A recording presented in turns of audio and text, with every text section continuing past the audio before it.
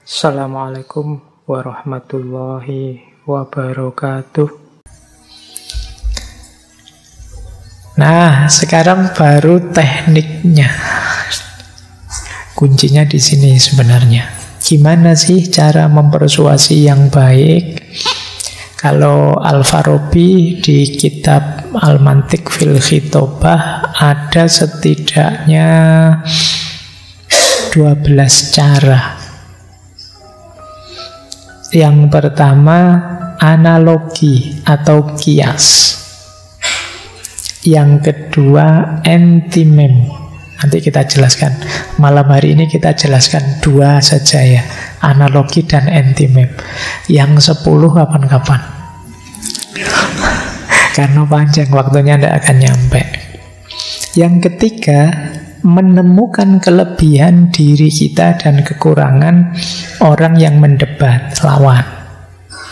Ya tentu saja karena kita ingin menang, unggul, dipercaya, kita harus tahu kelebihan-kelebihan pikiran kita dengan argumentasinya dan apa kelemahan pikiran dan argumentasi pihak lawan.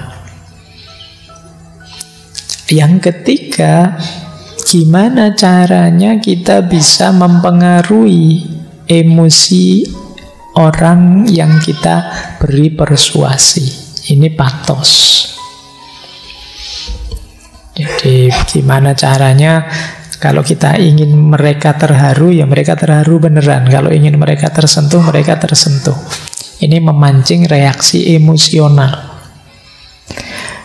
Kemudian yang kelima, mendorong persetujuan melalui proposisi-proposisi etiknya.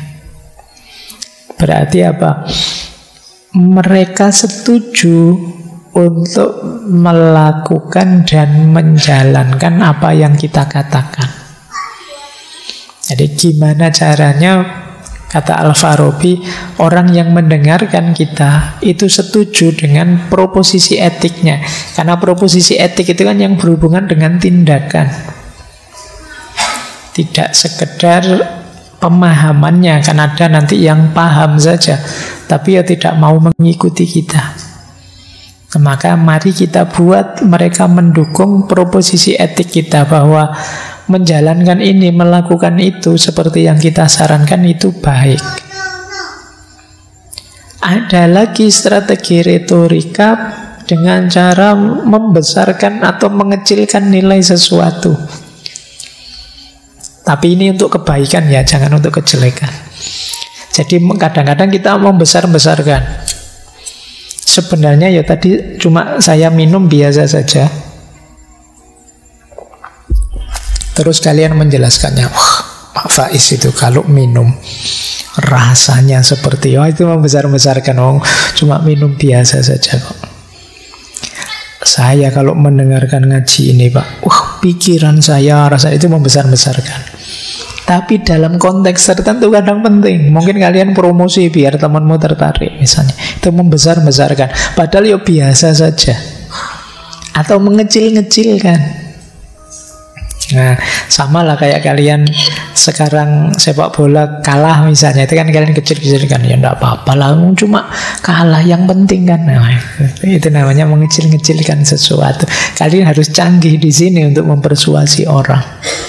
Kadang-kadang orang itu tidak menerima persuasi kita karena mereka punya nilai yang lebih tinggi yang ingin dia perjuangkan.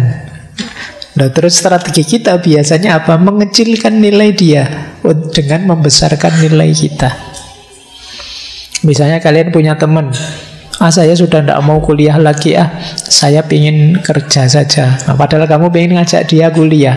Maka kamu jelaskan, yang penting itu mencari ilmu. Kerja itu nantilah atau sambil jalan. Yang utama itu mencari ilmu. Karena itu kamu besar-besarkan nilai belajarnya, nilai kuliahnya. Kerja itu tidak terlalu penting lah. Kalau kita ilmunya tinggi, nanti dapat barokahnya ilmu misalnya. Hidup terjamin. Atau sebaliknya, Kamu pingin dia bekerja, ndak usah kuliah saja. Terus kamu bilang, belajar bisa sambil jalan, sambil baca, YouTube-an banyak. Kalau kerja ndak bisa. Kalau kamu ada peluang, jalan saja kerja. Ini namanya mempersuasi. Kamu cari mana yang kamu besarkan, mana yang kamu kecilkan. Baik, terus akan lebih mudah persuasi kalau kita paham tradisi. Di sini biasanya bagaimana? Budayanya bagaimana? Baik tradisi yang berjalan maupun yang tertulis.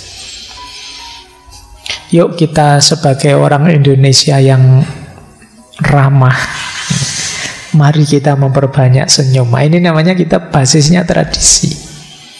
Orang sudah merasa familiar dengan kita. Terus lebih mudah juga untuk mempersuasi orang kita mendatangkan saksi. Oh, ini kan sering kalau teman-teman lihat promosi-promosi itu orang bikin testimoni. 1 orang kurang 2 orang, 3 orang, masih kurang sak kampung. Kadang-kadang kamu jualan, kamu kasih testimoni banyak, padahal yang bikin ya kamu sendiri, yang akunmu banyak. Itu teknik retorika. Jadi menghadirkan saksi. Ya meskipun zamannya Al-Farabi masih belum bisa membayangkan ada fake account itu ya. Dia ngerti ini saksi itu yang mendatangkan orang. Kalau sekarang dari 1 orang bisa ratusan. Jadi ini juga teknik mempersuasi. Begitu banyak orang setuju, yang lain itu biasanya cenderung ikut. Maka teknik mendatangkan saksi penting. Makanya kan sekarang kampanye misalnya kan banyak pengerahan massa, atau pokoknya menunjukkan bahwa kita temennya banyak loh, yang ikut kita banyak. Oh, yang sini pindah sini sekarang, yang sana pindah sini, kan berita-berita seputar itu. Karena mereka ini yang diklaim sebagai pengikut, pendukung, itu kan bagian dari saksi untuk meyakinkan. Itu juga teknik persuasi. Mempersuasi juga penting dengan menampakkan ketertarikan atau keengganan. Saya senang yang seperti itu. Saya tidak suka kalau pakai ini. Itu kan orang terus tersentuh biasanya. Coba sekalian kalau kalian ingin ngajak atau mempengaruhi temanmu, pakai diksi-diksi yang menunjukkan kalian tidak suka, atau kalian tidak senang, atau kalian sangat suka. Akan sangat berpengaruh. Suka sekali saya kalau kamu masak itu enak ternyata. Padahal tujuanmu biar besok-besok temanmu yang masak terus. Jadi pernyataan-pernyataan seperti ini itu jenis persuasi. Terus atau kalau di Al-Farabi disebut bertaruh, mengundang partisipasi. Misalnya teman-teman bilang, Bapak Ibu yakinlah dengan yang saya bilang ini. Kalau tidak percaya, coba dicek sendiri. Barang siapa menemukan yang berbeda dengan yang saya bilang, saya beri uang. Nah, itu tertarik sudah orang. Jadi ini sistem memberi reward atau melakukan satu taruhan untuk meyakinkan orang. Kalau tidak percaya, potong kuku saya.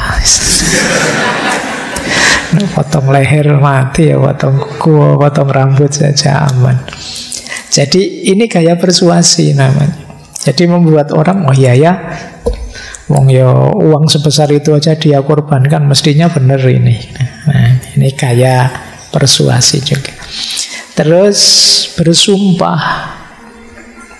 Ini kemarin sudah dikritik ya di Quintilianus, sumpah seperlunya saja. Tapi memang sumpah itu penting. Dengan kita meyakinkan, wallahi saya itu bilang, itu orang sudah tidak berani bantah sudah. Dengan persuasi yang kita sampaikan.